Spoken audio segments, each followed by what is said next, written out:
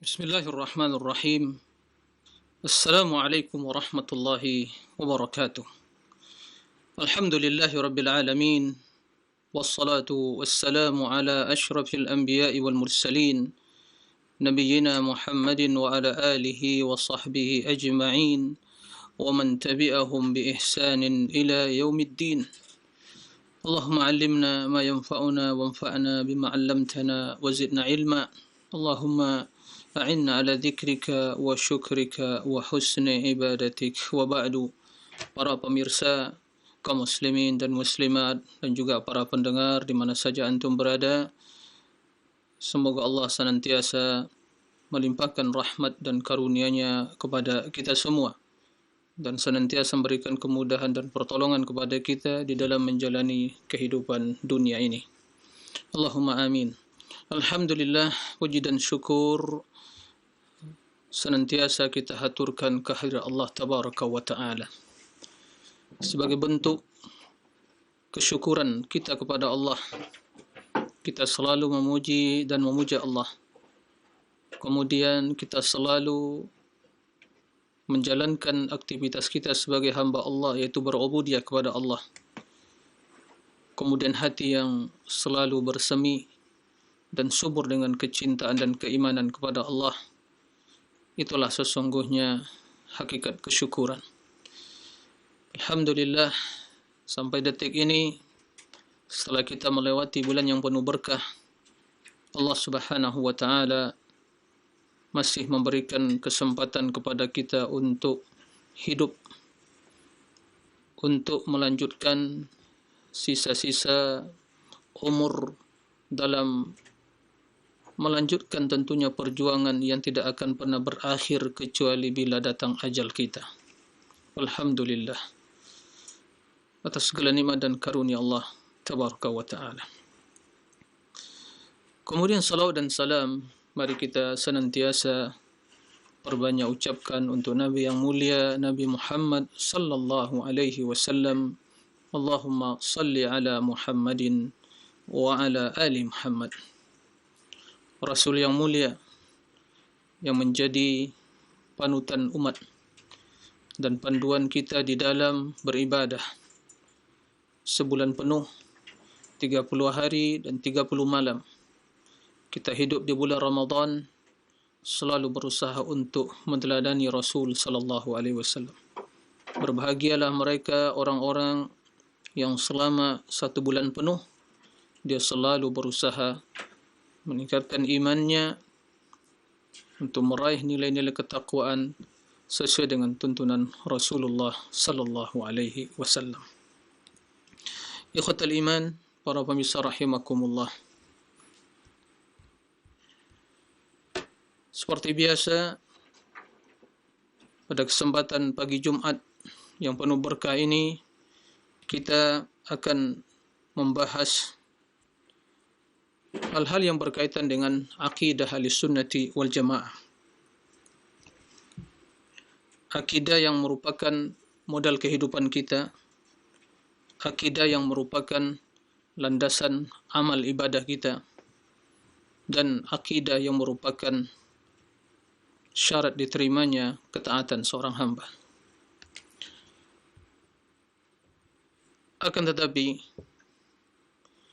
karena suasana pada kesempatan pagi hari ini masih terasa suasana lebaran, kendati telah berakhir, maka tidak salah saya secara pribadi beserta tentunya keluarga mengucapkan kepada seluruh para pemirsa dan juga para pendengar kaum muslimin dan muslimat di mana saja berada yang setia mengikuti kajian ilmiah dan berbagai kajian-kajian yang lainnya lewat media yang penuh bermanfaat ini. Aqulu lakum jami'an taqabbalallahu minna wa minkum salihal a'mal wa kullu amin wa antum bi khairin. أعاده الله علينا بالأمن واليمن والإسلام والسلامة والنصر والتمكين. Semoga Allah menerima amal ibadah kita. Selamat Hari Raya Idul Fitri 1441 Hijriah. Dan semoga Allah Subhanahu wa taala berkenan untuk kembali mempertemukan kita dengan bulan yang penuh berkah, sehingga kita bisa juga berhari raya suasana yang penuh dengan kedamaian, keberkahan, keselamatan, iman, kejayaan, kemenangan, dan kemuliaan. Para pemirsa rahimakumullah, sebelum kita melanjutkan pembahasan yang berkaitan dengan akidah ahli sunnah yang kita sadur dari kitab Al-Aqidah At-Tahawiyah, saya ingin mengajak kita semua untuk sejenak merenungi, dan semoga apa yang akan disampaikan ini menjadi catatan harian kita yang insya Allah merupakan panduan bagi kita di dalam mengarungi kehidupan dalam rangka berjuang untuk meraih kemuliaan dan kebahagiaan di sisi Allah. Sebagaimana yang kita maklumi,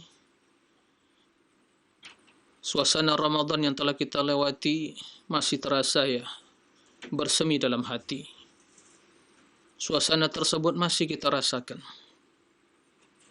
Dan sebagian kita mungkin telah berpuasa 6 hari di Syawal atau sedang berpuasa dan hampir menyelesaikan, sehingga dia kembali merasakan suasana yang bahagia dalam berpuasa dan berbagai kenangan indah yang dia selalu catat, yang dia selalu ingat, sehingga dia menjadikan hal itu semua kebaikan menjadi catatan harian dia selama 30 hari dan 30 malam di bulan yang penuh berkah. Di hati tentunya dia berharap kapan lagi Ramadan akan datang. Tapi tidak perlu khawatir, dia akan datang. Dia akan datang, 11 bulan lagi dia akan datang. Tapi yang perlu dikhawatirkan, apakah tatkala kedatangan Ramadan di tahun yang akan datang, kita akan masih hidup sampai detik itu. Semoga Allah Tabaraka wa Ta'ala memuliakan kita semua dan selalu memberikan pertolongan dan hidayah kepada kita.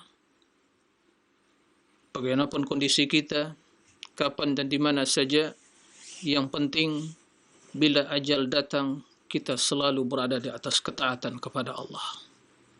Kita tidak akan pernah menunggu, tapi terus berusaha dan beramal. Karena menunggu, menunda, itu adalah perangkap syaitan yang akan selalu menjerumuskan kita ke dalam kelalaian. Ikhwatal iman para rahimakumullah, ada beberapa hal yang menjadi catatan kita di bulan Syawal ini pasca Ramadan. Yang pertama, ikhwatal iman, hendaknya kita selalu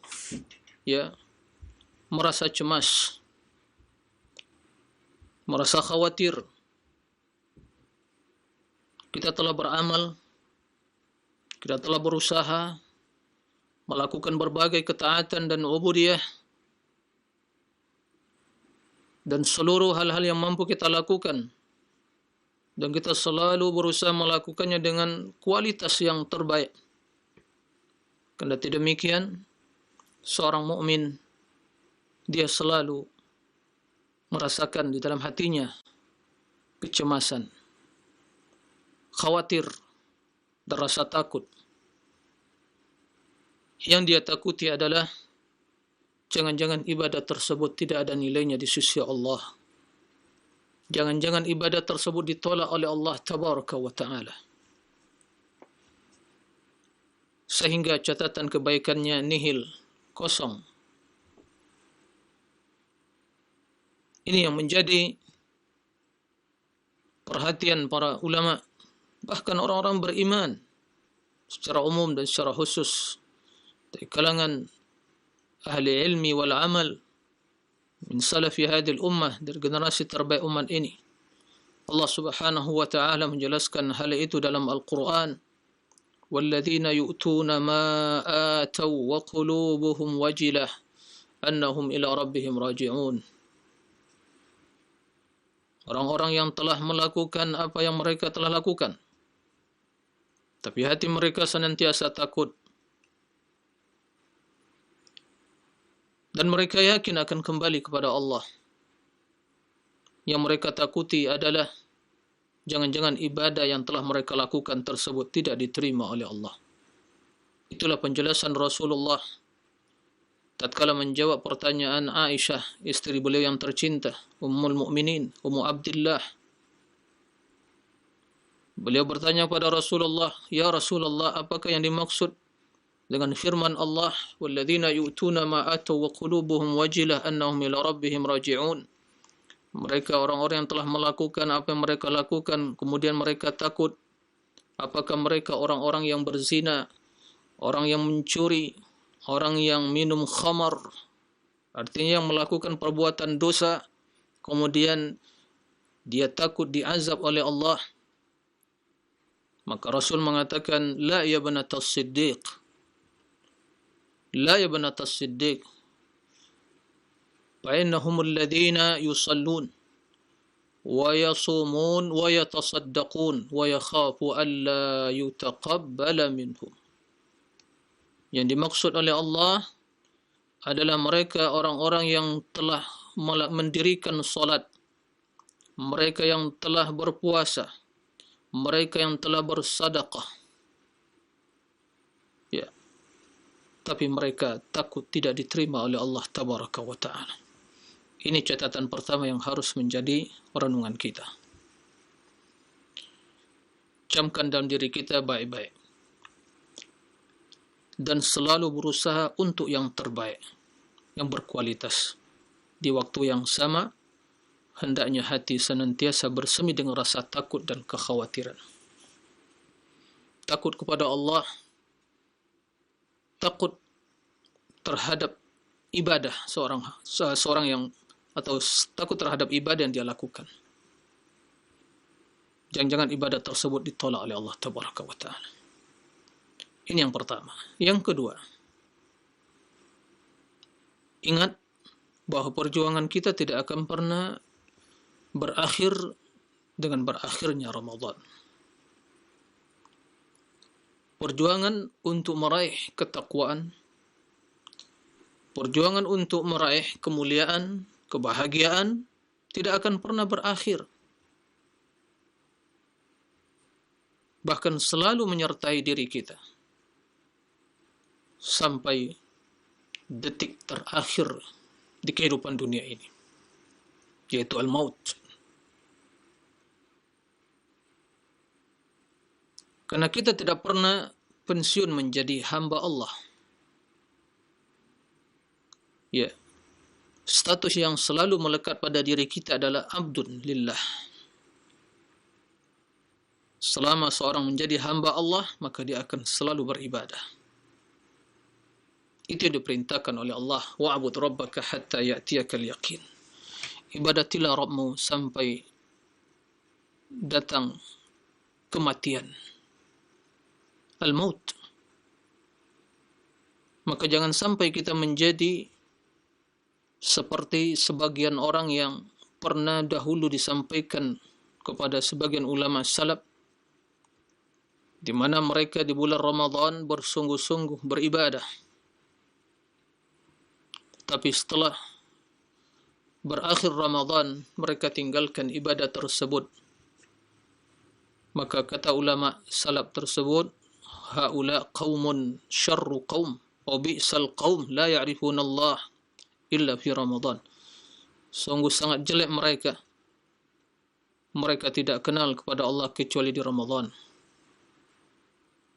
Dan perlu juga diperhatikan, para ulama kita menyebutkan bahawa di antara tanda-tanda diterimanya amal ibadah seorang hamba adalah kebaikan yang menyusul kebaikan sebelumnya.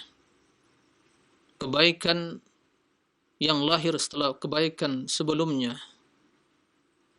Ini di antara tanda-tanda al-qabul, yaitu diterimanya ibadah. Para pemirsa dan juga para pendengar rahimakumullah. Bahkan perjuangan kita di bulan selain Ramadan, Syawal sampai 11 bulan yang akan datang itu terasa lebih berat. Terasa lebih sulit karena motivasi-motivasi yang terdapat di bulan Ramadan tidak sepenuhnya kita dapatkan di selain Ramadan. Tidak ada jaminan di selain Ramadan, yaitu sufidatus syayatin, dibelenggu syaitan-syaitan. Dan juga futihat abwabul jinan, dibuka pintu surga, walam yughlaq minha bab, dan tidak ditutup satu pun dari pintu surga. Wa tughlaq abwabun niran walam yuftah minhu bab, ditutup pintu-pintu neraka dan tidak satu pun yang dibuka. Dan tidak ada penyeru dari malaikat yang diperintahkan oleh Allah, ya baghil khairi aqbil wa ya baghil syarri akhsir. Wahai orang-orang yang menginginkan kebaikan, bergegaslah, berlomba-lombalah untuk mendapatkan hal itu. Dan wahai orang-orang yang masih menginginkan kejahatan, hentikan, akhiri keinginan jelek itu, jangan dilakukan. Dan tidak ada jaminan juga bahawa di setiap malam Allah Subhanahu wa ta'ala menyelamatkan hambanya dari belenggu api neraka. Semua hal itu tidak kita dapatkan jaminan seperti itu di selain Ramadan. Syaitan leluasa untuk menyesatkan umat manusia. Godaan dunia yang selalu menyeret kita, dan berbagai sarana kejahatan yang terbuka di hadapan kita. Kemudian tameng puasa yang tidak menyertai diri kita setiap hari. Maka tentunya sebab-sebab untuk membentengi diri, untuk menyelamatkan diri, untuk memotivasi diri, tentu tidak sepenuhnya ada, ya, seperti di bulan yang penuh berkah. Disertai dengan kesibukan kita, sehingga kita tidak bisa fokus dan konsentrasi. Maka kembali saya katakan, perjuangan kita 11 bulan yang akan datang itu semakin lebih berat, semakin lebih sulit. Maka tiada yang mampu untuk berjuang, tiada yang selamat dalam perjuangan tersebut kecuali orang-orang yang diberi kemudahan dan pertolongan oleh Allah. Itulah taufiq. Maka senantiasa memohon pertolongan kepada Allah. Iyyaka na'budu wa iyyaka nasta'in. Iyyaka na'budu wa iyyaka nasta'in. Engkaulah ya Allah yang hanya kami ibadati dan hanya kepada Engkau kami mohon pertolongan. Iyyaka na'bud, ini adalah tujuan atau ini adalah tugas kita sebagai hamba Allah, ibadah. Wa iyyaka nasta'in, itulah wasilah kita untuk melakukan ibadah. Dan juga camkan dalam diri kita sabda Nabi sallallahu alaihi wasallam, ihris ala ma yanfa'uk wasta'in billah. Ihris ala ma yanfa'uk, bersungguh-sungguhlah untuk melakukan hal yang bermanfaat bagi dirimu, dan jangan lupa mohon pertolongan kepada Allah. Camkan juga wasiat Rasul kepada Mu'adz bin Jabal radhiyallahu an, "Ya Mu'adz, inni uhibbuka fillah, fala tad'anna an taqula fi duburi kulli salatik, Allahumma a'inni ala dzikrika wa syukrika wa husni ibadatik."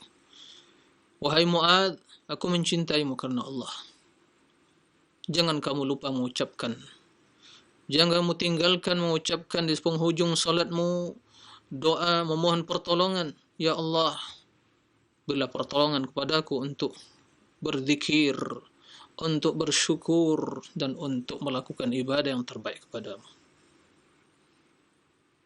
Berlepas diri kita dari daya dan upaya kita.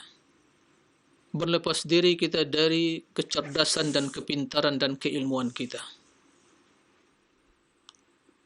Tapi berserah diri kepada Allah. La haula wa la quwata illa billah. Catatan yang ketiga, agar kita selalu termotivasi dan istiqamah di atas ketaatan, untuk selalu banyak mengingat kematian dan akhirat. Dan dia tidak akan pernah mengabarkan kepada kita itu kematian kapan dia akan datang.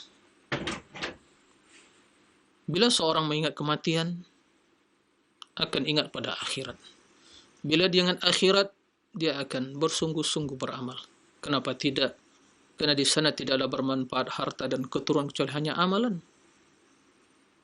Tempat seorang menikmati hasil dari tanamannya. Tempat panen, bukan tempat bercocok tanam. Kematian, sakaratul maut, yang pasti akan dilewati oleh oleh setiap manusia. Alam kubur, alam barzakh, tiada teman, tiada sahabat yang akan mendampingi kecuali hanya amal saleh. Hari berbangkit, manusia dibangkitkan di alam kubur dalam keadaan tidak berbaju, tidak bersandal, seperti diciptakan pertama sekali ke dunia. Kemudian digiring padang mahsyar, terik matahari yang begitu panas, karena jarak matahari dengan bumi hanya kurang lebih 2 mil. Manusia kehausan, manusia merasakan kesulitan yang dahsyat, tidak bisa dibayangkan dan juga diungkapkan bagaimana dahsyatnya. Mereka minta syafaat, mereka mencari naungan, tapi tiada yang mendapatkan naungan kecuali orang-orang yang dijanjikan oleh Allah 7 golongan tersebut, yang intinya semua adalah kembali kepada amal dan ketaatan dan iman seseorang. Siapkah kita berdiri untuk satu hari di hadapan Allah yang jumlahnya sama dengan 1000 hari di dunia ini? Ka'alfi sanatin mimma ta'uddun. Kemudian bagaimana perjalanan menuju sirat, tiada cahaya. Kemudian sampai di sirat, jembatan yang dibentangkan di atas neraka, bagaimana manusia berjalan. Dan itu bukan tergantung pada kekuatan dan kekarnya fisik mereka, tapi tergantung kepada amalan, tajri bihim a'maluhum, kata Rasul. Amalan mereka yang akan membawa mereka berjalan. Hakadha.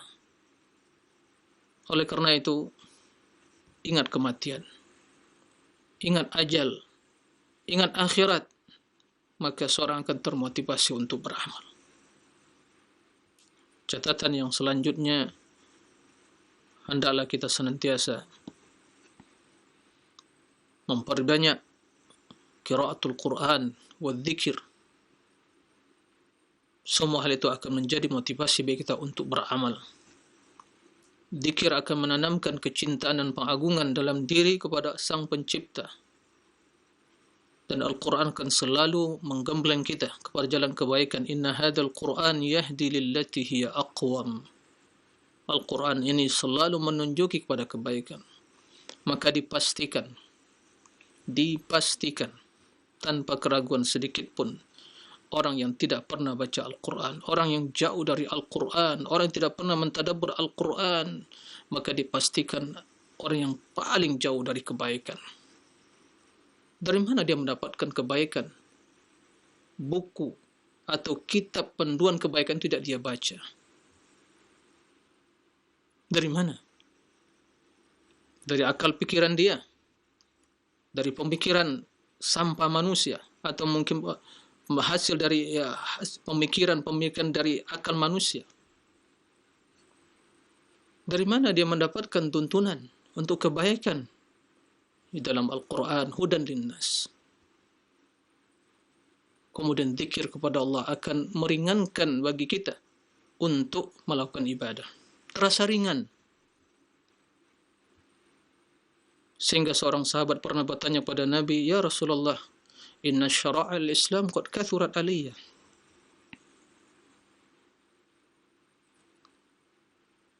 Fa akhbirni bi'amalin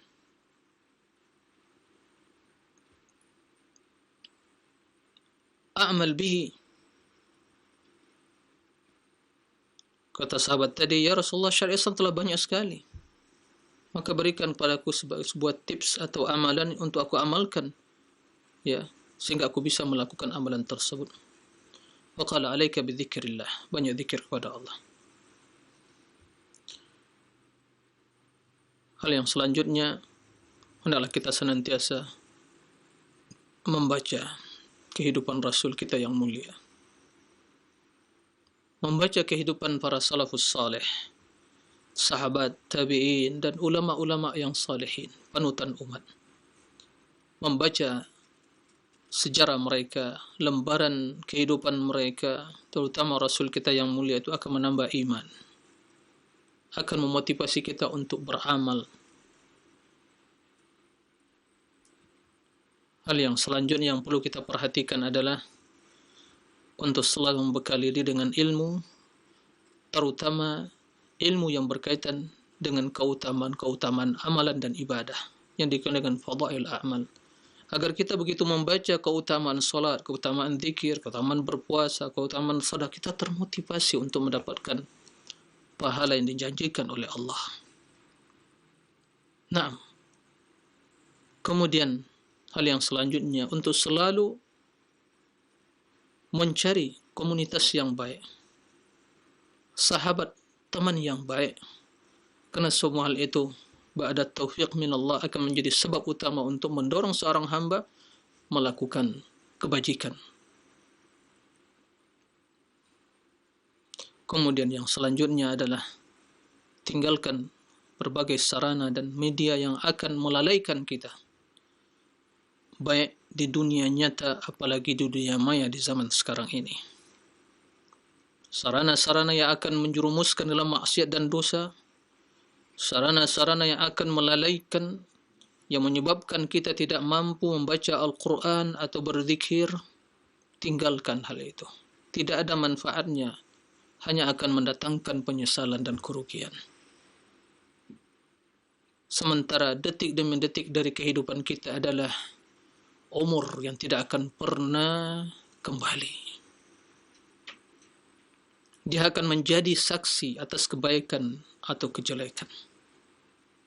Sehingga penyesalan yang sesungguhnya, penyesalan yang besar itu bagi orang-orang yang menyadari hakikat kehidupan dan juga hakikat akhirat, begitu panjang perjalanan hidup akhirat, adalah penyesalan atas waktu dan hari-hari yang berlalu tanpa menambah ketaatan dan ubudiyah dia kepada Allah. Begitu yang diungkapkan oleh sahabat yang mulia Abdullah bin Mas'ud radhiyallahu anhu, "Ma nadimtu ala yawmin tala'at fihi syamsuhu thumma gharabat naqasa min umri falam yazdad min amali." Ya subhanallah. Tidak ada penyesalan yang paling besar yang aku rasakan, kata Abdullah bin Mas'ud, terhadap suatu hari. Pada hari tersebut terbit matahari kemudian tenggelam. Berkurang dari umurku dan tidak bertambah dari amalanku. Enggak bertambah ketaatannya, bahkan bertambah maksiat dan dosanya. Na'udzubillah min dzalik. Ini penyesalan yang sudah selayaknya dipahami oleh orang-orang yang memiliki akal yang masih sehat. Karena akal gunanya untuk membedakan yang baik dan yang jelek. Semoga hal ini bisa menjadi catatan kita sehingga menjadi panduan untuk hari-hari yang akan kita hadapi, untuk hari-hari yang kita hadapi semakin mendekatkan diri kita kepada ajal yang telah ditentukan oleh Allah. Para pemirsa rahimakumullah. Baiklah, sekarang kita lanjutkan pembahasan tentang akidah yang kita sadu dari kitab Al-Aqidah At-Tahawiyah karya Imam Abu Ja'far At-Tahawi rahimahullah. Masih berkaitan pembahasan kita tentang iman kepada para sahabat Nabi yang mulia sallallahu alaihi wasallam. Dan pada kesempatan kali ini berkaitan secara khusus bagaimana akidah Ahlussunnah terhadap mereka yang dijamin masuk surga. Naam. Qala al-Imam Abu Ja'far At-Tahawi rahimahullah,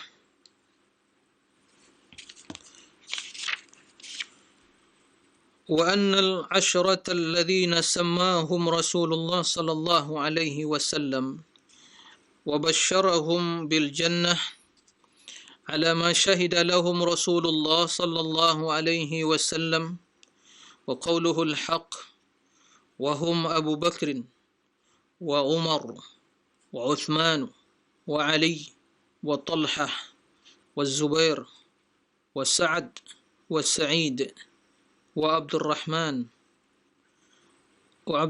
بن عوف وأبو بيدة بن الجراح وهو أمين هذه الأمة رضي الله عنهم أجمعين. ومن أحسن القول في أصحاب رسول الله صلى الله عليه وسلم وأزواجه الطاهرات من كل دنس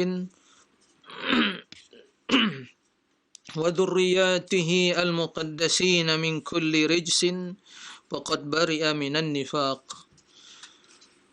Dan di antara perkara yang diyakini oleh ahli sunnah wal jamaah anna al-asharata alladhina sammahum Rasulullah, bahwasanya 10 orang yang disebutkan namanya oleh Nabi sallallahu alaihi wasallam dan yang beliau berikan kabar gembira atau jaminan kepada mereka dengan surga.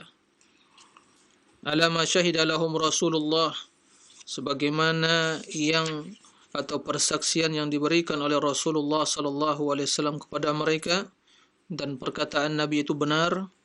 Mereka itu adalah Abu Bakar, Umar, Uthman, wa Ali, wa Talhah, wa Az-Zubair, Sa'ad bin Abi Waqqas, Sa'id bin Zaid, wa Abdurrahman bin Auf, Abu Ubaidah bin Jarrah, dan beliau adalah aminu hadil ummah.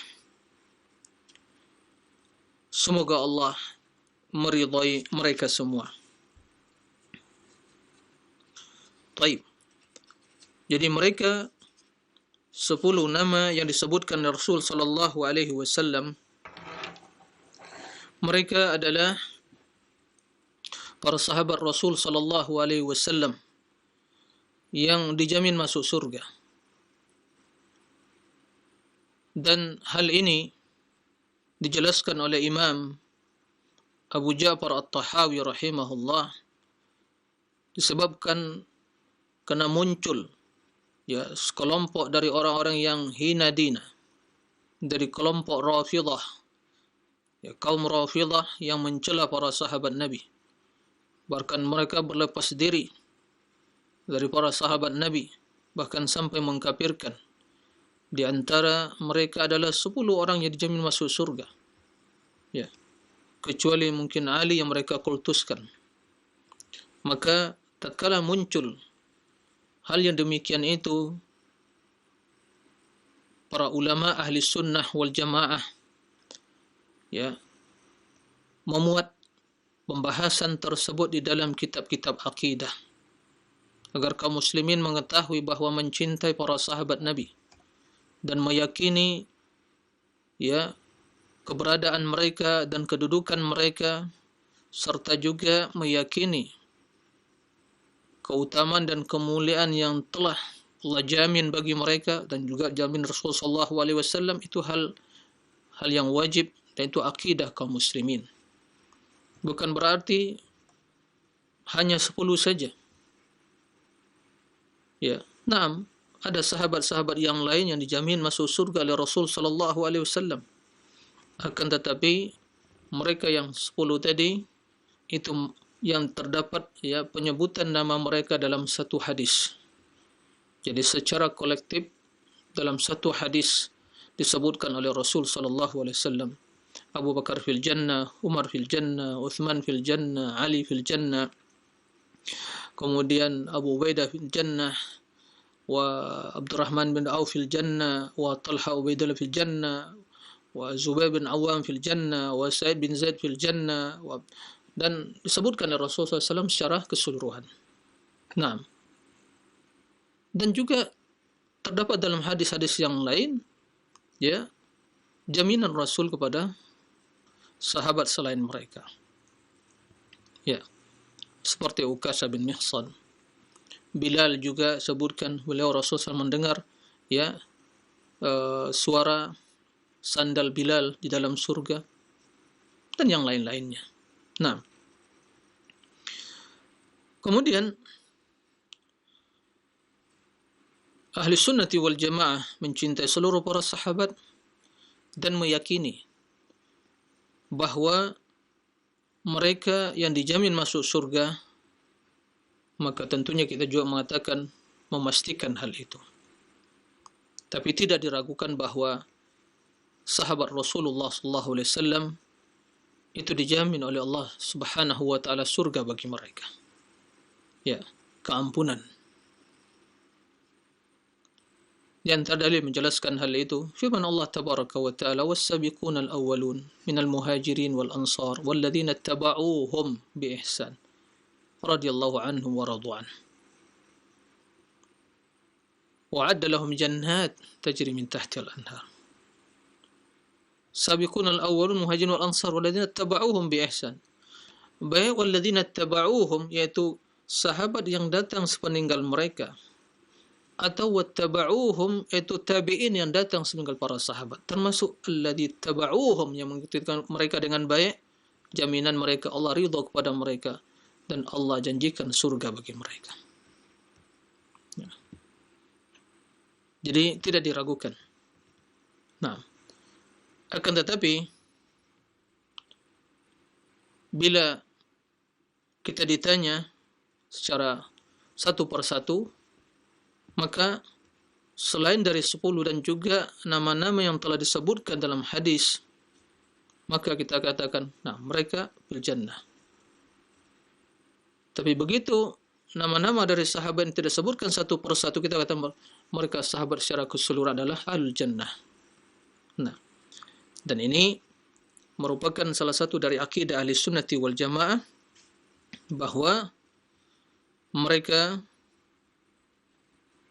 tidak memberikan ya persaksian secara pasti kepada individu dari kalangan kaum muslimin ya mendapatkan surga, kecuali orang-orang yang mendapatkan persaksian atau namanya itu janji dari Rasulullah SAW, nah dengan surga. Nah, baru kita katakan, nah mereka dalam surga.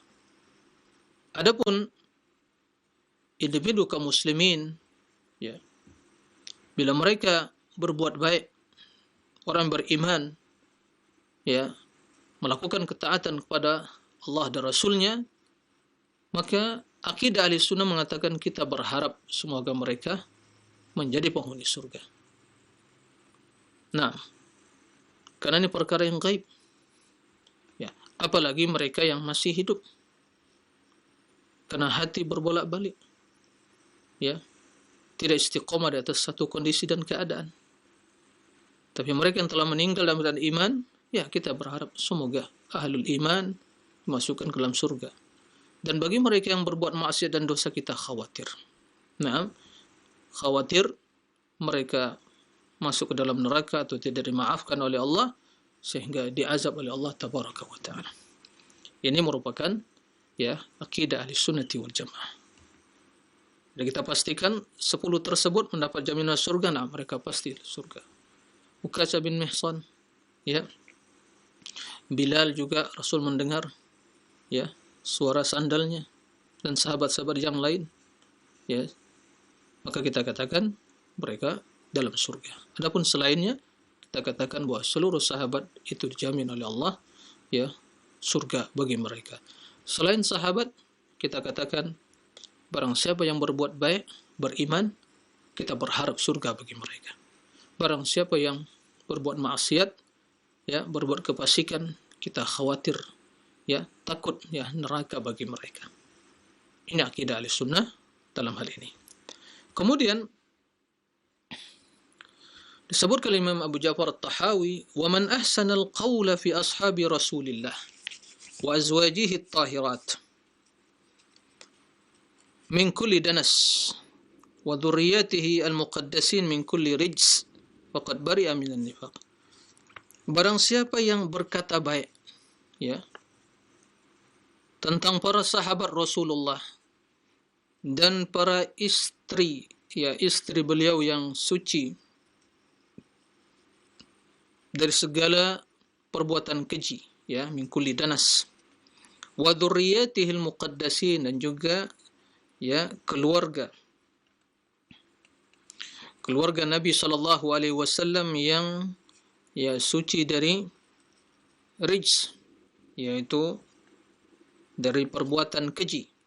Nah, segala perbuatan keji, maka faqad bari'a minan nifaq, maka dia telah selamat dari kemunafikan.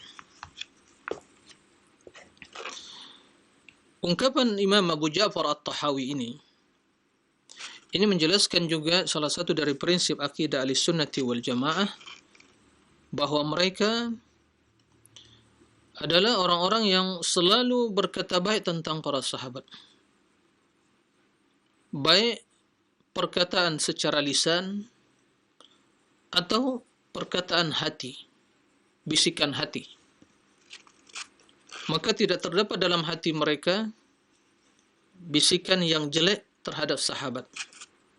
Dan juga tidak terdapat dalam ungkapan mereka yang keluar dari lisan mereka perkataan yang jelek atau celaan dan penghinaan kepada mereka. Hati mereka selamat dan lisan mereka juga selamat, sebagaimana yang dalam ayat yang telah kita jelaskan sebelumnya, tersampaikan sebelumnya, tentang sifat orang-orang yang beriman yang datang sepeninggal para sahabat Muhajirin wal Ansar. Walladzina ja'u min ba'dihim yaquluna Rabbana ighfir lana wa li ikhwanina alladhina sabaquna bil iman wa la taj'al fi qulubina ghillan lil ladzina amanu Rabbana innaka ra'ufur rahim. Orang-orang yang datang sepeninggal kaum Muhajirin wal Ansar, mereka mengatakan, Rabbana ighfir lana, ya Allah, ya Rabb kami, ampuni dosa-dosa kami. Walladzina sabaquna bil iman, dan orang-orang yang saudara-saudara kami yang mendahului kami dalam iman, kaum Muhajirin wal Ansar.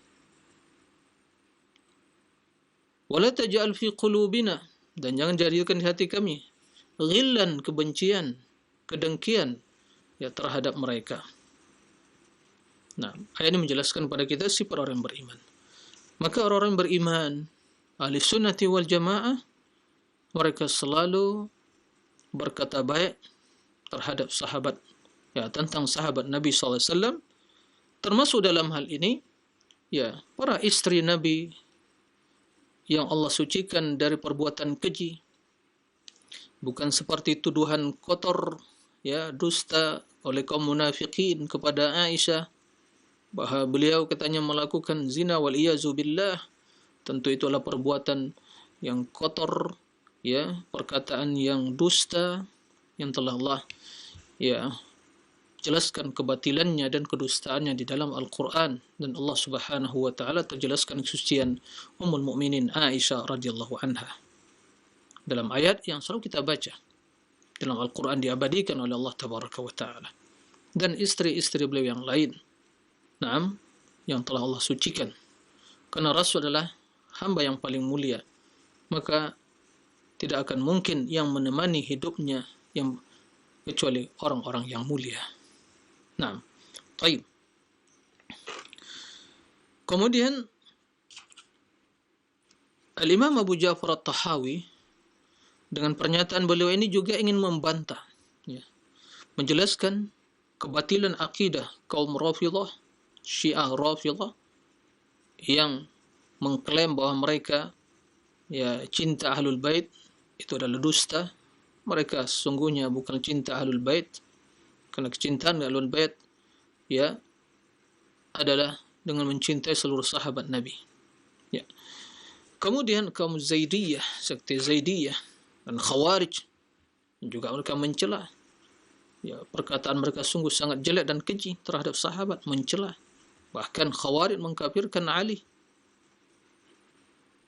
Nah, dan sahabat yang ikut dalam barisan ya Ali. Jadi akidah Ahlussunnah wal Jamaah, mereka selalu ya berkata baik ya terhadap sahabat Nabi SAW. Mereka meyakini bahwa sahabat adalah manusia pilihan Allah untuk menemani Rasulullah. Nah, mereka manusia, maka tentunya tidak luput dari kesalahan. Mereka bukanlah yang maksum, karena maksum hanya Rasulullah ya, dan para malaikat. Tapi jika mereka berbuat kesalahan, maka sungguh kebaikan yang ada pada diri mereka dan perjuangan yang mereka berikan untuk menegakkan agama Allah dan memperjuangkan Rasulullah, kebaikan yang begitu banyak yang tentunya akan menghapus kejelekan atau mungkin kesalahan yang pernah mereka lakukan. Allah maafkan sehingga Allah ridhai mereka. Nah, kemudian jikapun itu ada kesalahan, itu adalah muncul dari ijtihad mereka. Mereka ahlul ijtihad, para ulama. Nah, tapi kita tidak boleh mengkultuskan mereka. Nah, tapi kita harus berkata baik tentang mereka. Nah, ini akidah Ahlussunnah. Nah, maka orang-orang yang menghina para sahabat, baik secara keseluruhan atau sebagian, semua mereka adalah munafiqun. Ya, dalam hati mereka ada nifaq, kemunafikan. Dan kemunafikan tersebut ya bisa jadi kemunafikan al-amali atau kemunafikan al-i'tiqadi. Ya, secara i'tiqad. Tapi merupakan di antara sifat kemunafikin mereka mencela sahabat Nabi. Ya. Maka sekte-sekte yang mencela sahabat Nabi, sesungguhnya pada diri mereka adalah ada kemunafikan. Baik. Kemudian sebagaimana dijelaskan Imam Ja'far At-Tahawi, wa azwajihi at-tahirat, yaitu istri-istri Nabi yang suci. Karena mereka termasuk ahlul bait. Termasuk juga ya Ali, kemudian Fatimah dan anak beliau Hasan wa Husain. Jadi Hasan wa Husain termasuk ahlul bait, bukan mereka saja. Ya. Maka dalam hal ini sebagaimana kata Allah Subhanahu wa taala Al-Qur'an, "Innama yuridullah liyudhhiba ankum ar-rijsa ahlal bait wa yutahhirakum tathira." Sungguhnya Allah ingin menghilangkan dari diri kalian ya ar-rijs, itu kekejian, ya, hal yang kotor, yang keji, ya, noda. Taib, ar-rijs, ya ahlul bait, wahai ahlul bait, dan mensucikan kalian sesuci-sucinya. Jadi ini yang Allah inginkan dari ahlul bait, ya, bait Nabi sallallahu alaihi wasallam. Mereka yang ahlul bait, yaitu mereka yang diharamkan untuk menerima sedekah, dari termasuk ya Alu Ja'far wa Alu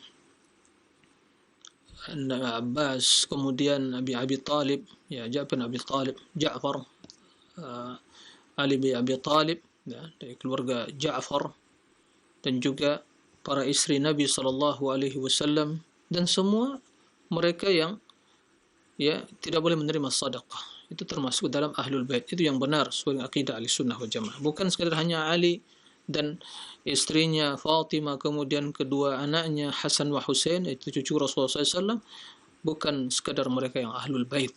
Nah, maka Allah Subhanahu wa taala ingin mensucikan mereka dari berbagai dosa, nah, berbagai kekejian.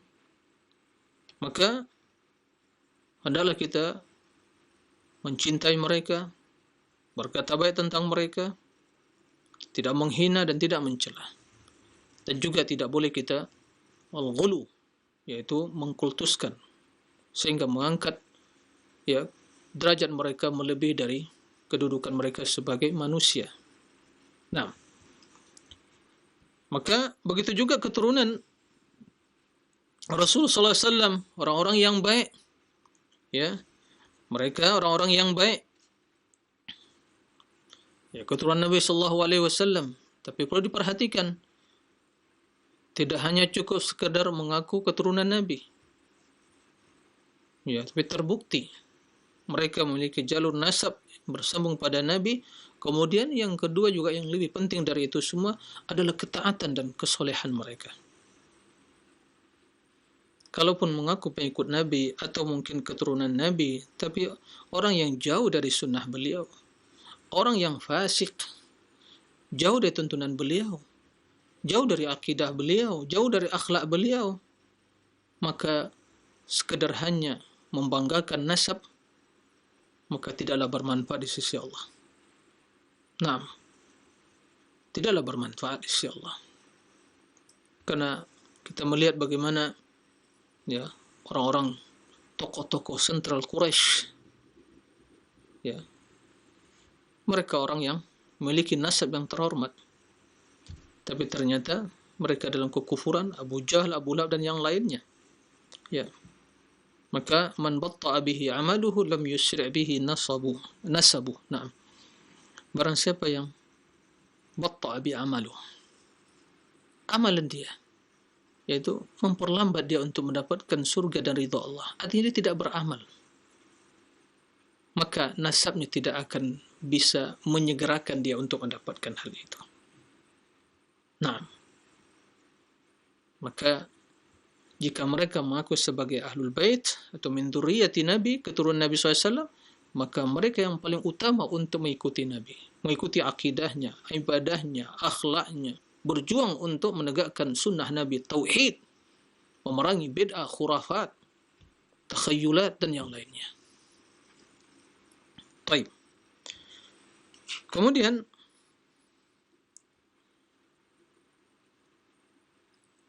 barang siapa, kata Imam Abu Ja'far At-Tahawi, maka selamat perkataannya tentang para sahabat Nabi, istri-istri Nabi, keluarga beliau, keturunannya, maka dia sungguh telah selamat dari sifat kemunafikan. Ya. Jadi orang-orang munafik yang hanya membenci sahabat Nabi, keluarga beliau, maka ahli sunnati wal jamaah, mereka yang sungguh memiliki kecintaan yang benar terhadap sahabat Nabi dan keluarga beliau serta keturunannya. Kecintaan yang selalu mengikuti tuntunan syariat, tidak berlebihan, tidak sampai kepada pengkultusan,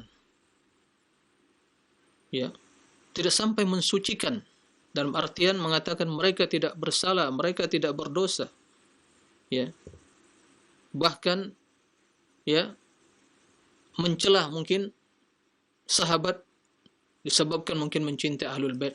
Tidak akan mungkin hal itu ada dalam akidah Ahlussunnah. Tidak ada, ya, pertentangan dalam mencintai sahabat dan semua ahlul bait, karena mereka adalah sahabat Nabi sallallahu alaihi wasallam secara keseluruhan dan secara spesial mereka keturunan Nabi. Nah, terlebih lagi yang mereka orang-orang yang soleh. Nah, adapun ya klaim bahwa mengatakan sebagai keturunan Nabi atau mungkin pengikut Ahlul Bait dari kalangan Syiah Rafidhah, kemudian membuat ajaran-ajaran baru yang bertentangan dengan Rasul dan apa yang diyakini Ahlul Bait, pengkultusan, membuat berbagai ritual-ritual yang bid'ah, yang bertentangan dengan syariat, ya, dengan alasan mencintai Ahlul Bait. Hadza kullu kadzdzabun, hadza kedustaan, hadza iftira'un wa kadzibun wa batilun. Ini semua adalah kedustaan, kebohongan dan kebatilan. Bukan dari ajaran Ahlul Bait, bukan dari ajaran Rasulullah sallallahu alaihi wasallam. Maka barang siapa yang mengaku mencintai Ahlul Bait atau yang mengaku dari keturunan Ahlul Bait atau keturunan Nabi, kemudian dia tidak mengikuti sunnah Nabi sallallahu alaihi wasallam, baik dalam akidahnya, atau ibadahnya, atau akhlaknya, dan tidak mengenal tauhid, tidak mengenal sunnah, tidak mengajak kepada tauhid dan sunnah, panah naqul, maka kita katakan la yanfa'uhu dzalik, tidak bermanfaat baginya demikian itu di sisi Allah. Allah tidak akan bertanya, apakah kamu dari keturunan Ahlul Bait, kamu pencinta Ahlul Bait? Yang akan ditanya, man rabbuk, man nabiyyuk, ma dinuk. Maka buktikan kecintaan kita kepada keluarga Nabi, yang terbukti mereka keluarga Nabi, dengan mengikuti Nabi sallallahu alaihi wasallam. Dengan mengikuti Nabi sallallahu alaihi wasallam. Nah, mengikuti sunnahnya bersungguh-sungguh. Jangan mengada-ngada. Jangan menambah-nambah. Nanti yang pertama, Anda akan menjadi musuh utama Rasul nanti. Akan diusir oleh Nabi SAW nanti. Begitu Nabi mempersiapkan, ya, bagaimana mempersiapkan di pinggir telaga, cangkir-cangkir untuk meminum, ya, air telaga tersebut, umatnya akan berdatangan di akhirat kelak di padang mahsyar. Semoga Allah memuliakan kita semua untuk mendapatkan hal itu. Tiba-tiba datang sekelompok, lalu mereka diusir dari telaga tersebut. Diusir, gak diizinkan mendekat. Mereka kehausan. Lalu dikatakan, sahabatku, sahabatku. Kata Allah Subhanahu wa ta'ala, innaka la tadri ma ahdathu ba'dak. Engkau enggak tahu ya Muhammad apa yang mereka ada-adakan sepeninggalmu. Buat bid'ah mereka itu. Buat khurafat, bid'ah, menambah-nambah dalam agamamu, merubah. Maka seketika itu Rasul mengatakan, suhqan, suhqan, liman baddala ba'di. Celaka mereka yang menubah-rubah dan menambah-nambah sepeninggalku. Diusir. Jadi jangan kita mengandalkan. Ini sekedar nasab cukup, enggak cukup. Karena yang akan menjadi penilaian Allah Subhanahu wa ta'ala lah at-taqwa, inna akramakum minallah atqakum. Ya, ini akan menjadi penilaian Allah Subhanahu wa ta'ala. Sebenarnya dalam hadis tadi, man batta'a bi amalu lam yusira bihi nasabu. Barang siapa yang amalannya batta'ahu, mengakhirkan dia, artinya tidak menyebabkan dia itu bergegas mendapatkan kebaikan. Karena malas atau enggak beramal atau amalannya asal-asalan, maka dia terlambat mendapatkan kebaikan, jauh dari kebaikan. Maka nasab dia, keturunan dia tidak akan menyegerakan dia mendapatkan karunia dan rahmat itu. Allah Maha Adil. Allah Maha Adil. Yang beramal dapat kebajikan, yang soleh dapat ganjaran kesolehannya, yang taat, ya. Tapi bila dia dari keturunan Nabi, kemudian secara nasab dia mulia, kemudian ketaatan, kemuliaan, ketakwaan dia lebih mulia, lebih tak ada itu, maka ini orang yang tentunya yang mulia. Secara nasabnya dia mulia, dan terlebih dari itu semua, keimanan dan ketakwaannya lebih tinggi. Maka dia mendapatkan dua keutamaan.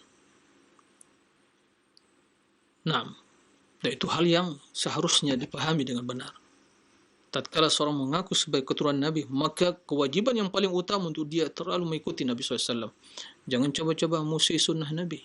Jangan coba-coba musuhi tauhid. Kalau begitu Anda akan menjadi musuh pertama Nabi SAW. Jangan coba-coba buat bid'ah khurafat. Ya, Nabi akan menjadi musuh pertama Anda. Ya, akan mengusir Anda nanti dari telaganya. Baik. Ukhtaliman rahimakumullah. Demikian yang bisa disampaikan pada kesempatan kali ini berkaitan dengan akidah Ahlussunnah tentang 10 sahabat jamin masuk surga, kemudian juga bagaimana akidah kita terhadap para istri Nabi atau Ahlul Bait yang Allah muliakan mereka, Allah sucikan mereka dari berbagai kekejian, dan bagaimana sikap Ahlussunnah wal Jamaah terhadap para sahabat Nabi secara keseluruhan, yaitu mereka yang selalu berkata baik terhadap mereka. Demikian, wallahu a'lam. Baik, syukran jazakallahu khairan. Barakallahu fiik para ustaz yang sudah berikan materi, insyaallah bermanfaat untuk kita semua mengenai akidah. Bagaimana kelakuan kita atau rasa mahabbah kita kepada para sahabat Nabi, terutama kepada sahabiat yang telah dijelaskan oleh Ustaz, yang mudah-mudahan menambah ilmu bagi kita. Dan selanjutnya kami buka sesi interaktif, sesi soal jawab bagi Anda para pemirsa ataupun pendengar dimanapun Anda berada. Silahkan bagi Anda yang ingin bertanya perihal pembahasan kita mengenai akidah. Baik, kesempatan pertama Ustadz, kami angkat terlebih dahulu di layanan pesan singkat.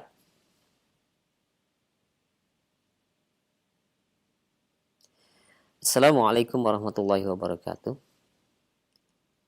Ya Ustadz, apa benar perkataan seorang Ustadz apabila ada seseorang yang mencaci maki para sahabat Nabi atau sahabiat, istri-istri Nabi, kita dalam hal ini jangan mendoakan supaya mereka mendapatkan hidayah. Tapi karena mereka sudah mencaci maki, maka doakanlah kecelakaan bagi mereka. Apakah benar Ustaz pernyataan seperti itu? Mohon penjelasannya. Terima kasih atas pertanyaannya. Jadi apakah benar pernyataan bahwa bila seorang mencela sahabat Nabi, kemudian tidak boleh kita mendoakan kebaikan bagi, dalam artian mendoakan hidayah baginya?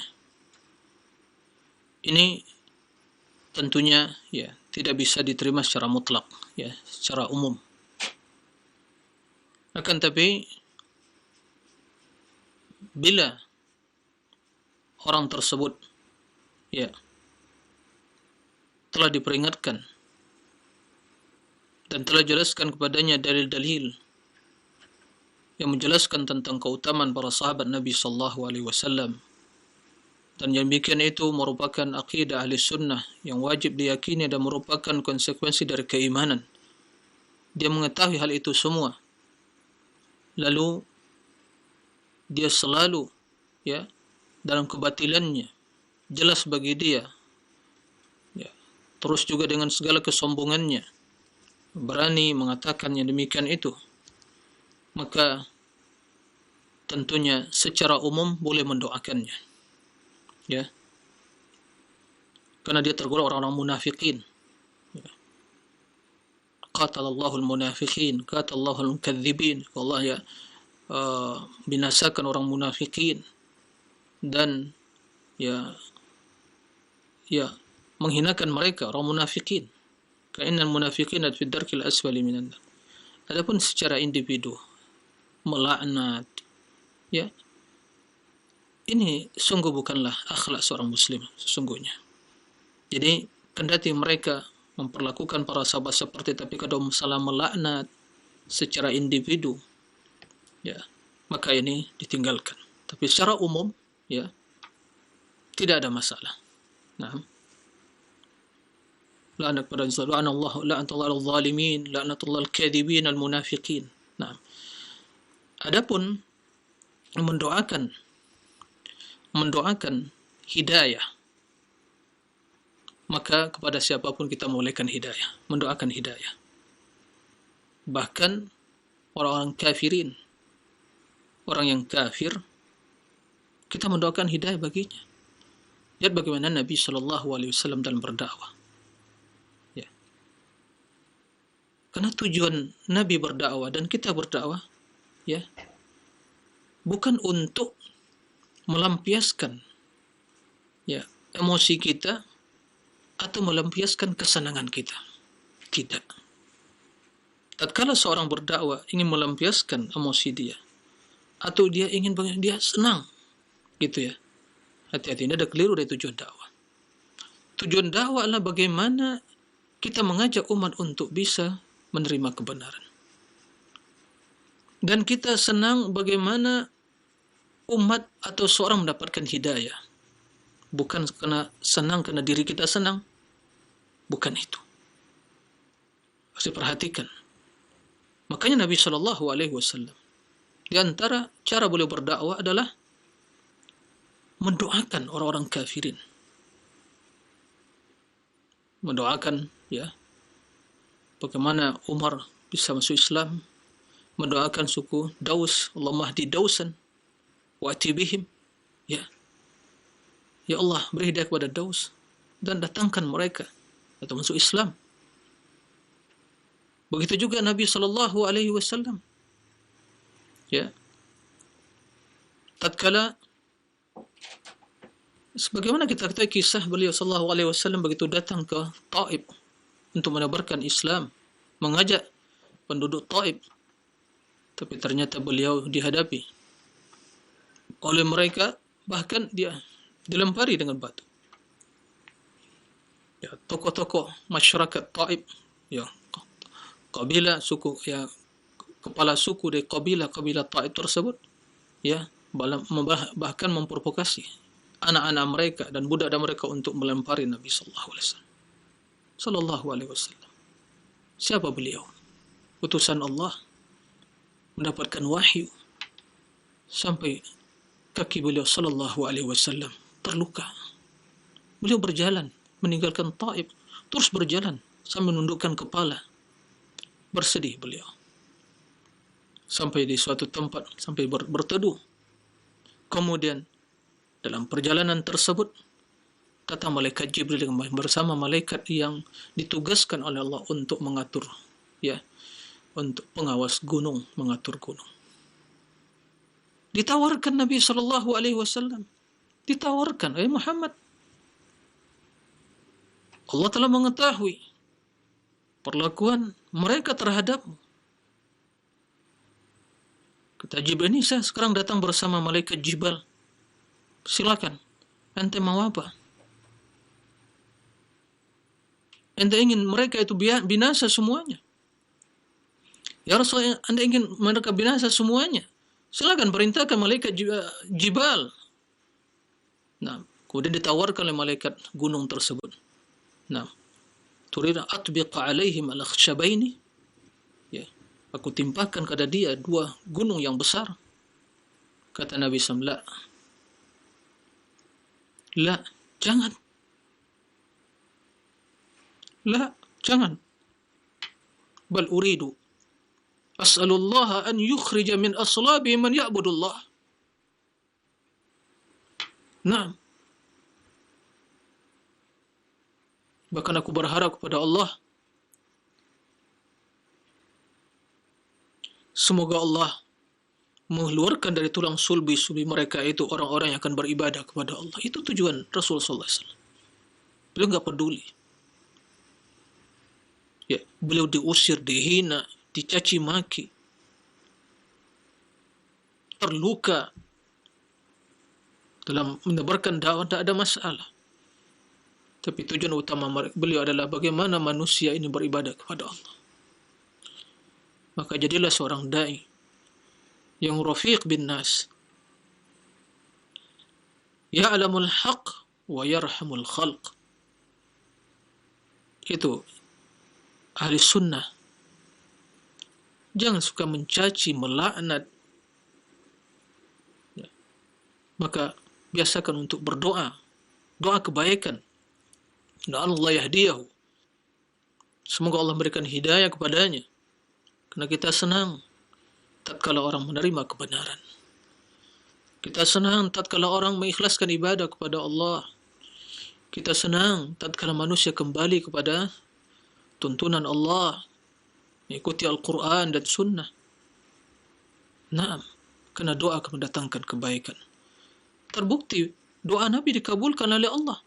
Maka begitu banyak dari mereka yang masuk Islam dari keturunan mereka, anak cucu mereka, menjadi pejuang-pejuang Islam. Seandainya Nabi doakan dan beliau menerima tawaran malaikat gunung itu, maka dipastikan habis semua keturunan mereka. Nah, maka doakan hidayah. Apalagi mereka mungkin orang yang awam, jahil, yang tidak pernah mendengar bagaimana akidah yang sahih. Hanya guru mereka ya di media sosial, copot sana, copot sini, ya, baca sana, tapi tidak mengetahui, tidak benar bagaimana cara belajar, apa yang harus dipelajari, siapa tempat belajar, ya, itu yang terjadi. Maka ahli sunnah wal jamaah adalah mereka, kata para ulama, ya'lamuna al-haq wa yarhamuna al-khalq. Mereka yang mengenal kebenaran dan berkasih sayang sesama ya makhluk atau manusia. Nah, demikian Allahu a'lam.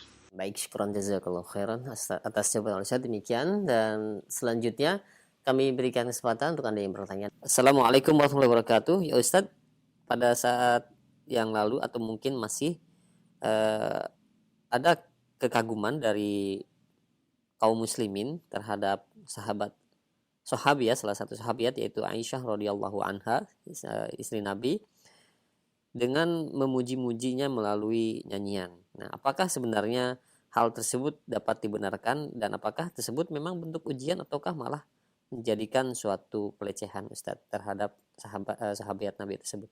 Mohon penjelasannya. Baik. Terima kasih atas pertanyaannya. Ya, sesungguhnya Aisyah radhiyallahu anha tidak butuh pada puji-pujian yang seperti itu. Ya. Apalagi pujian-pujian yang ya dengan bentuk nyanyian-nyanyian. Kalau Anda betul ingin memuji Aisyah radhiyallahu anha, bacalah Al-Quran, ketahui keutamaan dan kemuliaannya. Ya. Jangan agama ini semua jadikan ya kesenian. Nah, kemudian kalau kita katakan, adakah cara-cara seperti itu dalam memuji para sahabat?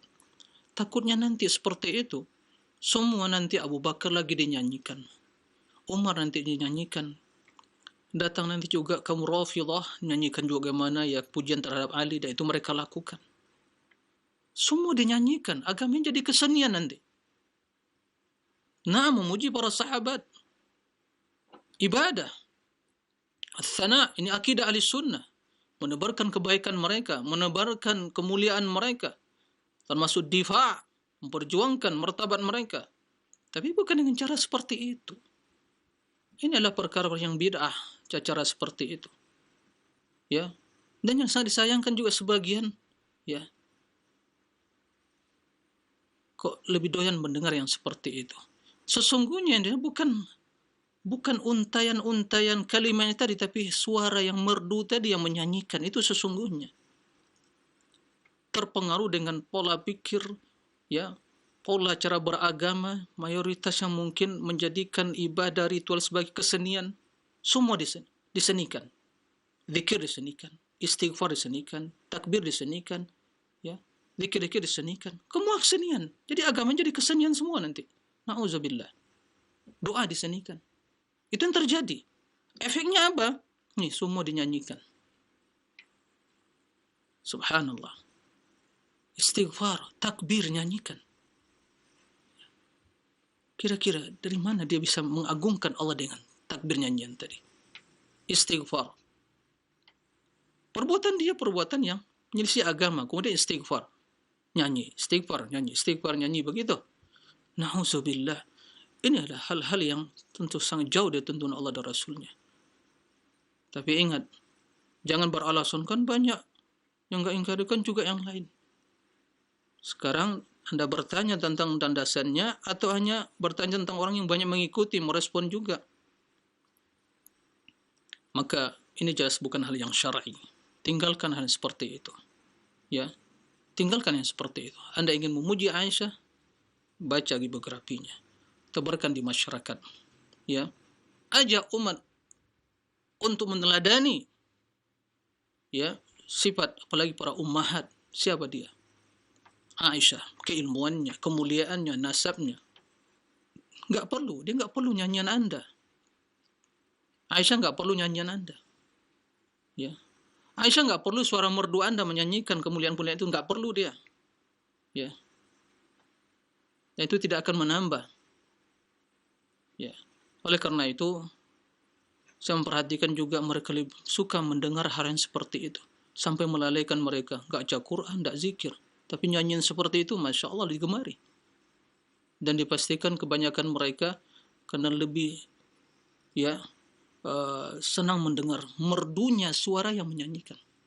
Coba ungkapan-ungkapan yang sama dinyanyikan oleh umur yang mungkin dah 80-an tahun dengan suara yang nggak mungkin bisa dimengerti. Ada yang mendengar? Nggak ada. Maka tinggalkan. Itu bukan pujian yang syar'i. Bukan pujian yang syar'i. Dan ini fenomena ini kita lihat nih di zaman-zaman sekarang, milenial sekarang, anak muda yang suka yang mulai kembali kepada Islam begitu atau mungkin pada sunnah, mulai mereka dari satu sisi mereka termotivasi untuk kembali Islam, syiar Islam kata mereka, tapi salah jalan. Bukan begitu syiar Islam, bukan dengan nyanyian, bukan dengan kesenian. Apalagi berdoa. Bernyanyi berdoa. Para ulama menyebutkan yang disyariatkan untuk kita merdukan suara kita adalah dalam baca Al-Quran. Warattilil Qur'ana tartila. Man lam yataghanna bil Qur'an. Naam. Barang siapa tidak mengindahkan, memperindah bacaan Al-Qur'annya dengan suara yang merdu. Laisa minni, bukan di golonganku. Jadi mengindahkan, memperindah bacaan kita. Adapun dalam berdoa, berzikir itu tadarru', merendahkan suara. Tadarru', khusyuk. Itu bedanya. Sekarang dibalik. Dalam berzikir pujian dinyanyikan. Nah, ini hal yang jelas bertentangan dengan tuntunan syar'i dalam memberikan pujian.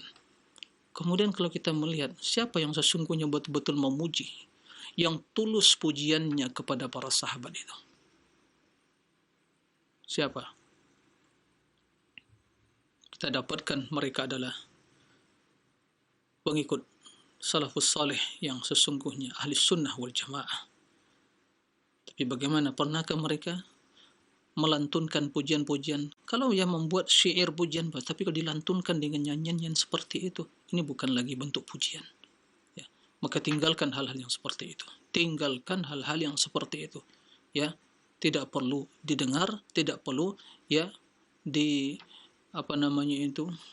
di-share ke sana sini. Cukuplah Anda baca Al-Quran tentang keutamaan beliau, baca dalam surat juga tentang masalah At-Taubah, tentang bagaimana Allah menjelaskan tentang kemuliaan Aisyah dan juga tentang biografi beliau. Sebarkan ke masyarakat tentang hadis-hadis yang tentang keutamaan Aisyah, bagaimana Rasul mencintainya dan seterusnya. Nah, bagaimana kecerdasan beliau. Nah, bagaimana kefasihan beliau, kemuliaan itu ditebarkan di masyarakat. Nah, nggak perlu nyanyian seperti itu. Nah, demikian Allahu a'lam. Kalau khair atas jawaban Ustaz, demikian untuk yang bertanya kembali di layanan pesan singkat. Dan selanjutnya kami berikan kesempatan kembali untuk Anda yang ingin bertanya di layanan telepon. Silahkan, mungkin sudah ada yang terhubung. Halo, Assalamualaikum. Waalaikumsalam warahmatullahi wabarakatuh. Dengan siapa di mana? Di Firliana di Situbondo. Ya, silakan. Gini, Ustaz. Kalau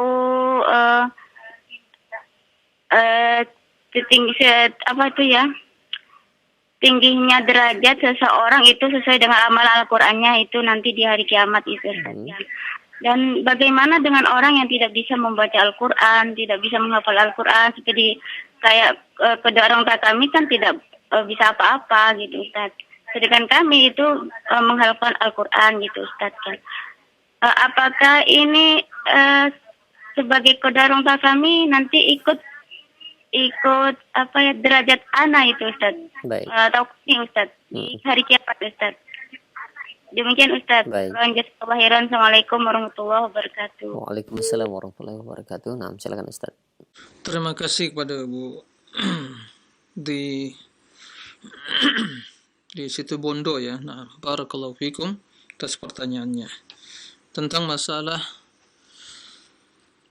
kedudukan seorang di akhirat kelak, terutama dalam surga ya, bahwa kedudukannya tersebut ya itu juga sangat ditentukan oleh bacaan dia terhadap Al-Quran, sehingga di dalam hadis disebutkan ya, di dalam Al-Quran atau dalam hadis disebutkan bahwa orang-orang yang membaca Al-Quran, yang banyak baca Al-Quran, nanti dikatakan kepadanya iqra warattil wartaqi, iqra warattil wartaqi fa inna akhir manzilatik inda akhir ayatin taqra'ha fid dunya atau kama qala sallallahu alaihi wasallam. Nah, jadi dalam surga diperintahkan kepada ahli Quran yang baca Al-Quran, ya bacalah dan naik, bacalah kemudian terus naik. Sesungguhnya ya posisimu yang tertinggi adalah di akhir ayat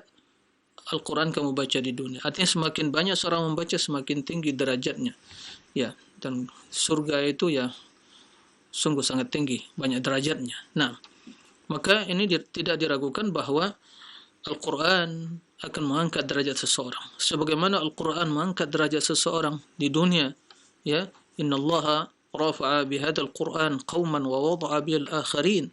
Allah mengangkat sebagian kaum dengan Al-Quran, yaitu yang mempelajarinya, yang membacanya, mempelajari, mengamalkan, memahami.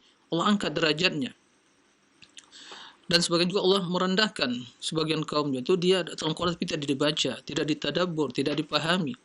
Jadi ya, tidak mengetahui isi kandungannya.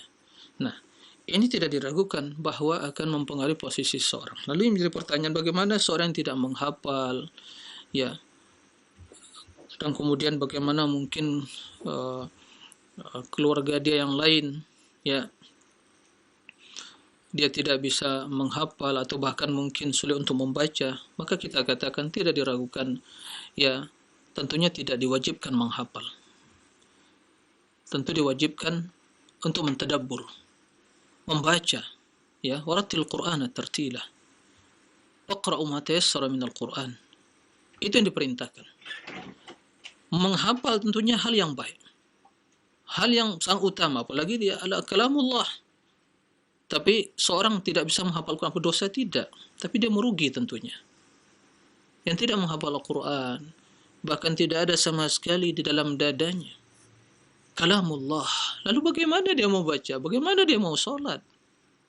Ya, okelah Al-Fatihah dia baca.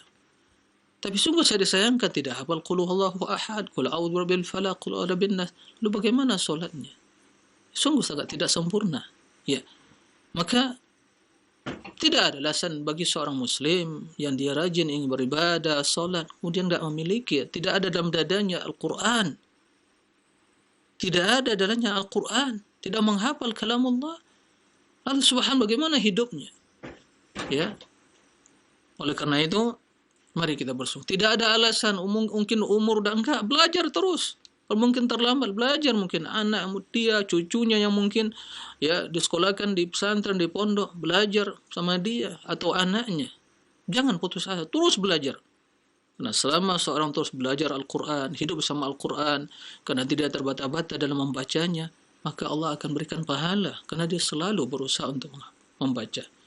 Kemudian juga apa yang bisa dia baca, terus dia usahakan, dihafal, diulang-ulang. Satu ayat diulang-ulang 10 kali, 20 kali, ya. Bahkan kalau diulang 100 kali, dia akan hafal. Nah, seperti itu. Jadi, ini yang harus diperhatikan. Lalu bagaimana? Mungkin orang tuanya nggak bisa. Apakah nanti dia, orang tua itu ikut, ya, posisi dia bersama anaknya?